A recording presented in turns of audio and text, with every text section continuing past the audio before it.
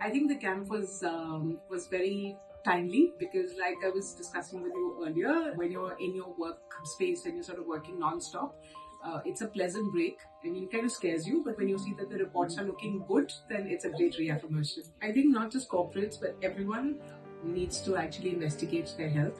In fact, that's one of the most important thing that COVID has taught all of us. Also, I feel health is everything. Health is wealth. If you're well, you can enjoy life, you can work hard, you can do whatever you want. In terms of Policy Bazaar and ASSOCHAM, this is something that we at ASSOCHAM through our foundation, AFCSR, also do, which is run camps for communities. So we could consider collaborating there. That's one. But specifically for ASSOCHAM, I feel we need to do something for mental health. That is something that's particularly bothering young people. I think the inability to handle long hours, stress, fatigue, just sort of sitting on the chair the whole day. So just maybe perhaps light exercises, but more specifically talking about mental wellness, because I feel even though it's out there, it's still a taboo. We should have something around that. I think chair yoga would be fantastic because the work environment that most of us are in here at the chamber, we're just sort of sitting in meetings all day, one way or the other, online, offline.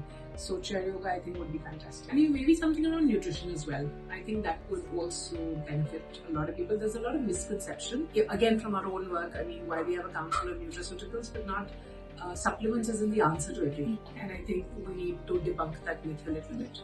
You at times end up over consuming and it leads to poisoning, because there's an excess of vitamin in your body.